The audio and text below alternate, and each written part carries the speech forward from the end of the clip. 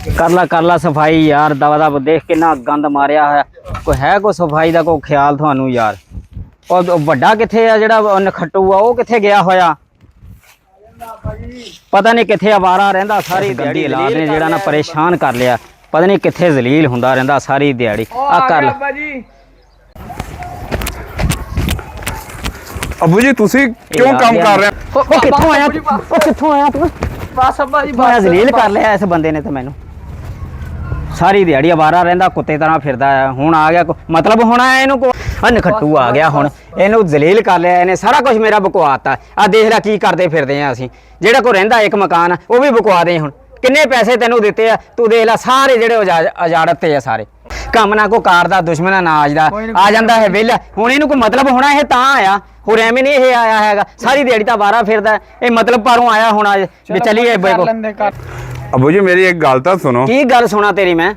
अबू जी मैनू एक मौका दे दो ਉਹ ਕਿੰਨੇ ਮੌਕੇ ਤੈਨੂੰ ਦਿੱਤੇ ਆ ਮੈਂ ਜ਼ਿੰਦਗੀ ਦੇ ਵਿੱਚ मैं हुण ना एक कारोबार शुरू करन लगा ते अबू जी मैनू कितों ना थोड़े जिहे पैसे ਦਿੱਤੇ ਆ ਸਾਰੇ ਉਜਾੜਤ ਤੇ ਇਹਨੂੰ ਹੋਰ ਕਿਹੜਾ ਇਹਨੂੰ ਕੰਮ ਕਰਕੇ ਦਈਏ ਹੁਣ ਕਿਹੜਾ ਕੰਮ ਕਰਨਾ ਆਇਆ ਤੂੰ ਨਵਾਂ ਕੋ ਕੰਮ ਜਿਹੜਾ ਲੈ ਕੇ ਆ ਗਿਆ ਚਲੋ ਕੋਈ ਨਹੀਂ ਅੱਬੂ ਜੀ ਮੇਰੀ ਖਾਤਰ ਨਾ ਇਹਨੂੰ ਇੱਕ ਮੌਕਾ ਹੋਰ ਦੇ ਦਿਓ ਉਹ ਜਿਹੜੇ ਰਹਿੰਦੇ ਹੈਗੇ ਪੈਸੇ ਕੋ ਘਰ ਵੇਚ ਕੇ ਫਿਰ ਇਹਦੇ ਤੇ ਲਾ ਦਿੰਦੇ ਇਹਨੂੰ ਦੇ ਦਿੰਦੇ ਕਰ ਲਵੇ ਕੰਮ ਇਹ ਆਪਣਾ ਚਲੋ ਕੋਈ ਨਹੀਂ ਸਮਝਾਉਂਦੇ ਆ ਤੇ ਇਹਨੂੰ ਇੱਕ ਮੌਕਾ ਨਾ ਹੋਰ ਇਹ ਨਹੀਂ ਸਮਝਣਾ ਹੈਗਾ ਜਿੰਨਾ ਮਰਜ਼ੀ ਇਹਨੂੰ ਸਮਝਾ ਕੇ ਦੇਖ ਲਈ ਤੂੰ ਹੁਣ ਤੁਹਾਡੇ ਪੈਸੇ ਨਹੀਂ ਜਾਇਆ ਜਾਂਦੇ ਇੱਕ ਵਾਰੀ ਮੌਕਾ ਦੇ ਦਿਓ ਮੇਰੇ ਹੱਥ ਜੋੜੇ ਆ ਦੇ ਅਬੂ ਜੀ ਇੱਕ ਦਫਾ ਲਿਆ ਦੇ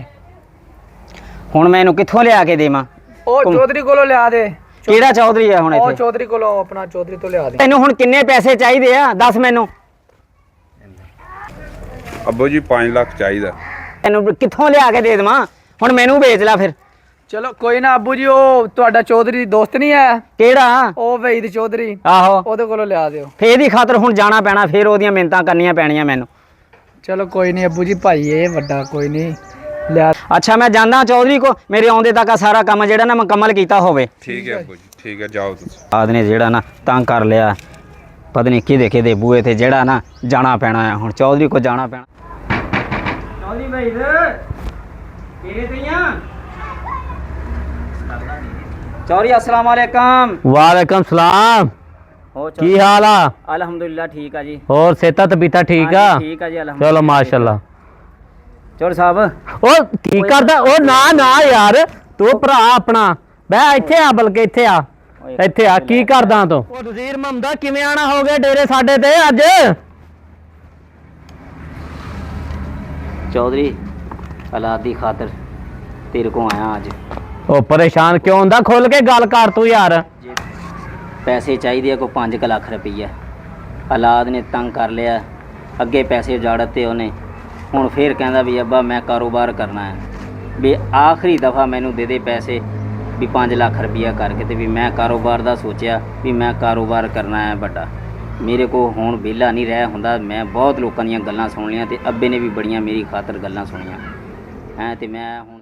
खाली हथ नहीं जांदा है तू होर सुना रोटी पानी दी सुना मेहरबानी शुक्रिया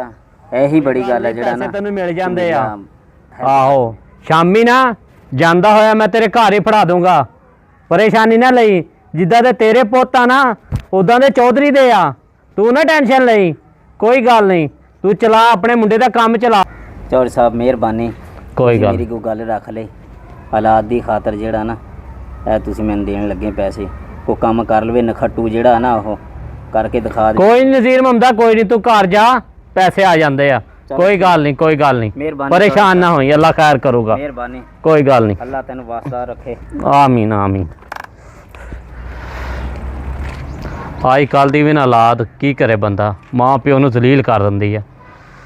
बंदा किन्ना मजबूर हो के पैसे लैन आया कोई नहीं अल्लाह खैर करो